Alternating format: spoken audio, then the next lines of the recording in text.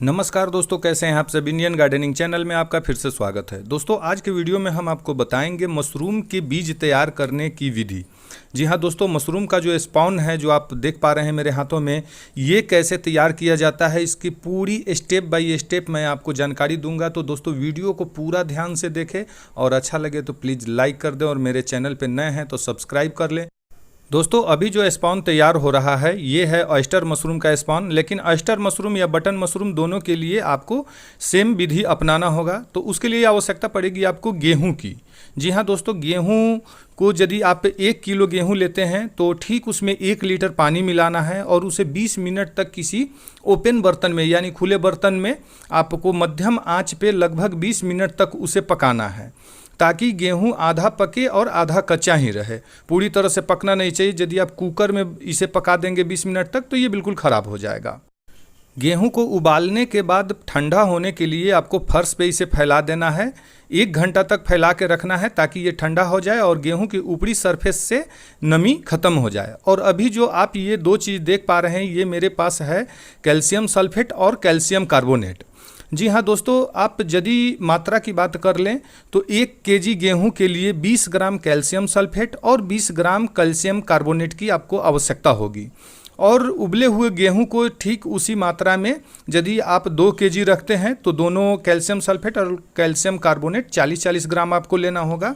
तो इसी मात्रा में आप चाहे जितना गेहूं लिया है उसी के हिसाब से आपको ये दोनों चीज़ लेना है। और उस गेहूं को जब ठंडा कर लिया है, उसकी ऊपरी सरफेस से पानी बिल्कुल हट चुका है, तो उसे डाल करके और अच्छी तरह से इसे मिला लिया जाता है। तो आप जैसा कि देख पा रहे हैं कि गेहूं में अभी कैल्शियम सल्फेट और कैल्शियम कार्बोनेट मिलाया जा रहा है। मिलाने के बाद बारी आती है इसकी पैकेजिंग की। तो जी हाँ दोस्तों, इसकी पैकेजिंग के लिए इसमें प्लास्टिक का उपयोग किया जाता है और उसमें बहुत अच्छे बीज भी तैयार होते हैं। तो सबसे पहले किसी मात्रा से आप इसे चाहें तो 200 ग्राम का, 400 ग्राम का या 1 केजी तक का भी आप तैयार कर सकते हैं। यदि उससे ज़्यादा बड़ा पैकेट रखेंगे तो फिर आपको दिक्कत होने लगेगा। तो जैसा कि आप देख पा रहे हैं कि यहाँ पे एक 400 ग्राम के माप का एक डब्बा बनाया हुआ है और इसी के हिसाब से पैकेटिंग किया जा रहा है। ये सभी जो तैयार किए गए जो गेहूँ हैं उसे अलग अलग पैकेट में भर के रख दिया जाएगा। दोस्तों, अभी जो आप देख पा रहे हैं कि पैकेट को यहाँ पे डबल किया जा रहा है, यानी कि पहले से जो बीज का पैकेट तैयार किया गया था उसमें जो पॉलीथीन कवर है ये दोबारा लगाया जा रहा है। इसके पीछे कारण ये है कि इसे अभी आगे बहुत सारे प्रोसेस से गुजरना होता है। तो इस बीच में यदि इसे निकालने या कैरी करने में यदि कहीं डैमेज भी हो जाता है प्लास्टिक, तो हमारे बीज को नुकसान नहीं पहुँचेगा। इसलिए इस प्लास्टिक को डबल करना काफ़ी ज़रूरी होता है। सभी पैकेट्स के प्लास्टिक को डबल करने के बाद बारी आती है उसके मुंह को बंद करने की। तो मुंह को बंद करने के लिए जैसा कि आप देख पा रहे होंगे कि उसे मुंह को पूरा बंद नहीं किया जाता है, उसमें कॉटन लगाया जाता है, क्योंकि उसका जो हवाओं का जो आदान प्रदान है ये होते रहना काफ़ी ज़्यादा ज़रूरी है, क्योंकि इसमें फंगस तैयार होते हैं जो एक प्रकार का बैक्टीरिया ही होता है। तो उसे जीने के लिए इनमें हवाओं का संचार होना काफ़ी ज़्यादा आवश्यक होता है। इसलिए प्रत्येक पैकेट के मुंह पर एक कॉटन का जो छोटा छोटा टुकड़ा होता है, कॉटन का बंडल, वो लगाया जाता है ताकि इसमें स्वच्छ हवाओं का आदान प्रदान होता रहे। दोस्तों, अब अगले प्रोसेस में आपको जैसा कि देख पा रहे हैं ये मशीन की आवश्यकता पड़ेगी। तो इस मशीन का नाम है ऑटोक्लेव मशीन। तो इसमें ये तैयार किए गए सभी पैकेट्स को स्टरलाइज किया जाता है। तो इसे आप स्टरलाइजर मशीन भी अपने भाषा में बोल सकते हैं। लेकिन यदि आप इसकी कीमत के बारे में जानना चाहते हैं तो ये 5,000 से लेकर के और लाखों रुपए तक के ये मशीन आते हैं। और ये आप सीधी भाषा में समझ ले तो ये बस एक प्रकार का कुकर है। तो सारा फंक्शन लगभग उसी का है, लेकिन इसे कुकर में डायरेक्ट नहीं तैयार किया जा सकता है क्योंकि इस मशीन के और भी बहुत सारे काम हैं। तो जैसा कि आपने देखा कि इस मशीन में पहले जो साइड वाले वाल थे उसमें पानी डाला गया, क्योंकि ये अंदर से भाप बनाएगा। क्योंकि जैसे आप कुकर में इडली पकाते हैं ठीक उसी प्रकार इस गेहूं को दोबारा इसमें पकाया जाता है। पकाने के लिए दोस्तों इसके ऊपर एक मीटर लगा हुआ रहता है।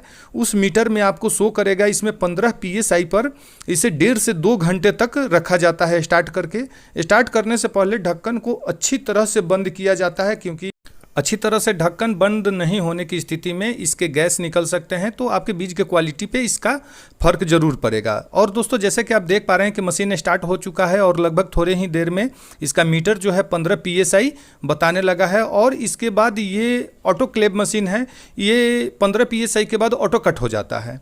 और इसमें मशीन के अंदर आपको 1.5 से 2 घंटे तक बीज को रखना है। दोस्तों बीज का ये प्रोसेस भी पूरा हो गया और ये 2 घंटे मशीन में रखने के बाद अभी ये मशीन काफ़ी ज़्यादा गर्म है और बीज के जो पैकेट्स है ये भी काफ़ी ज़्यादा गर्म है।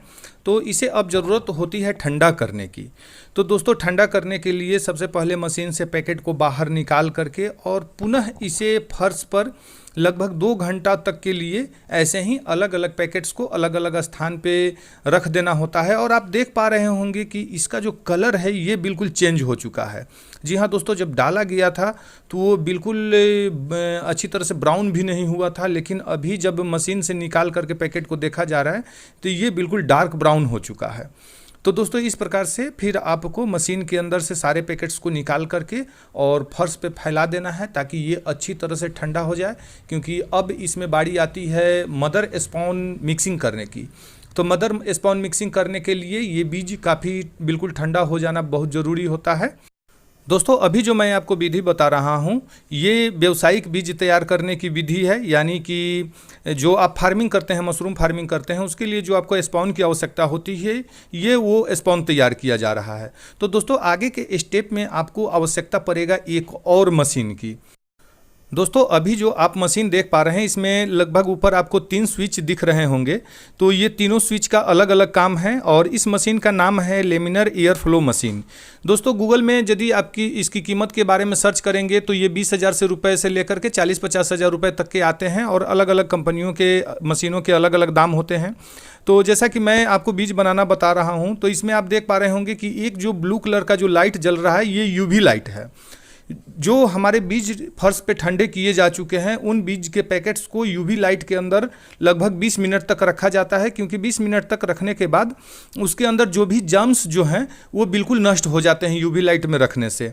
और दोस्तों यहाँ पे सबसे ज़्यादा अभी ये बारी आती है इसमें मदर स्पॉन मिक्सिंग करने की, तो इस समय बहुत ज़्यादा सावधानी बरतने की आवश्यकता होती है। तो इस मशीन के अंदर ही आपको मिलता है एक लेबोरेटरी टाइप का माहौल और उससे पहले यहाँ शुद्धता और साफ़ सफाई का पूरा ख्याल रखा जाता है।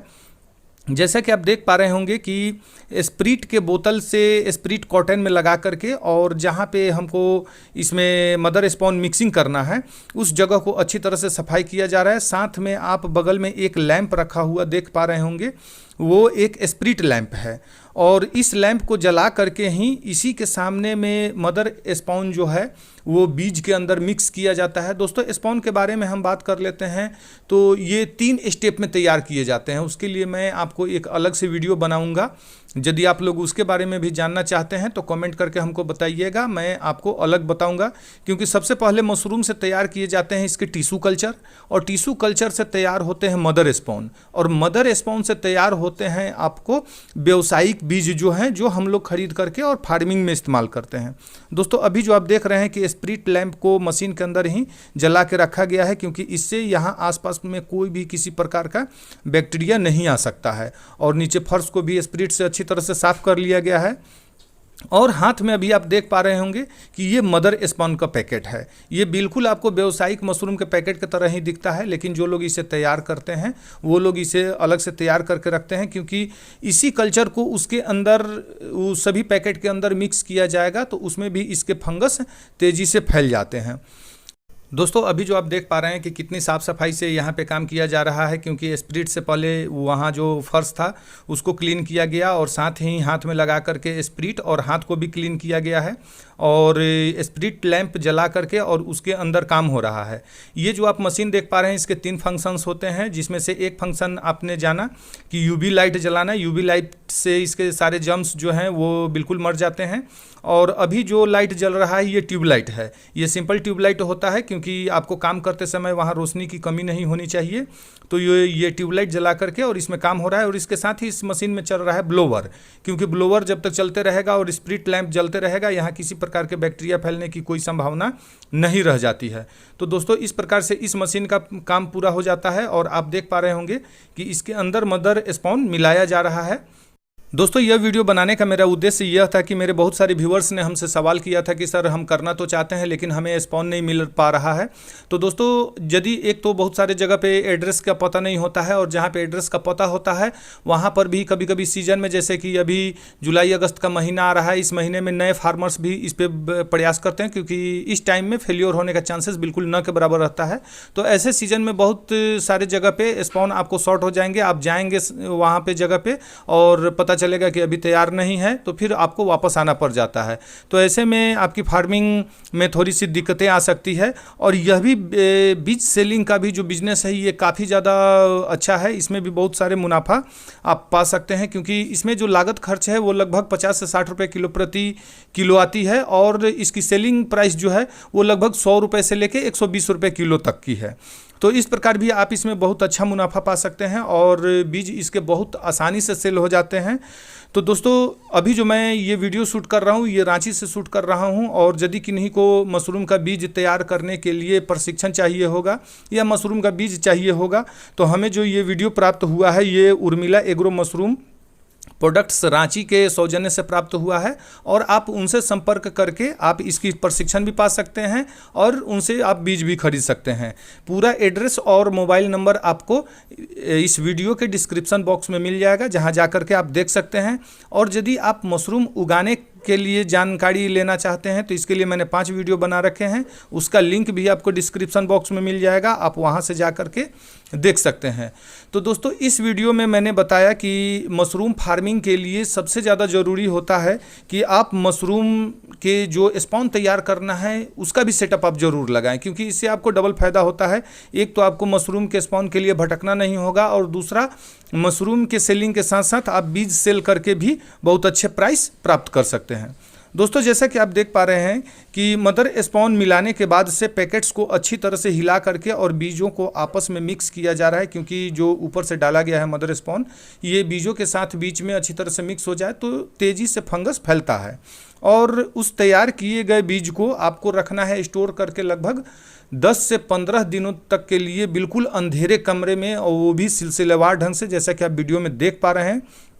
कभी भी एक पैकेट के ऊपर दूसरा पैकेट आपको नहीं रखना है, अलग अलग सभी पैकेट्स को सटा करके आप रख सकते हैं। और जब आपको ज़रूरत हो तभी लाइट जलाएं, अन्यथा लाइट को ऑफ कर दें। और कमरे का जो दरवाज़ा खिड़कियां हैं वो बिल्कुल बंद रखें, और कमरे को बिल्कुल स्वच्छ रखें, बैक्टीरिया मुक्त रखें। तो दोस्तों इस प्रकार से कमरे में रखने के बाद आप पाएंगे कि लगभग 10 से 15 दिनों में उसमें फंगस पूरी तरह से फैल जाते हैं। और जैसा कि आप देख पा रहे हैं कि ये बीज बिल्कुल तैयार हो चुका है। तो दोस्तों वीडियो अच्छा लगा तो प्लीज़ इसे लाइक कर दीजिएगा, और मेरे चैनल पर नए हैं तो प्लीज़ सब्सक्राइब कर दीजिएगा। मिलते हैं एक और नए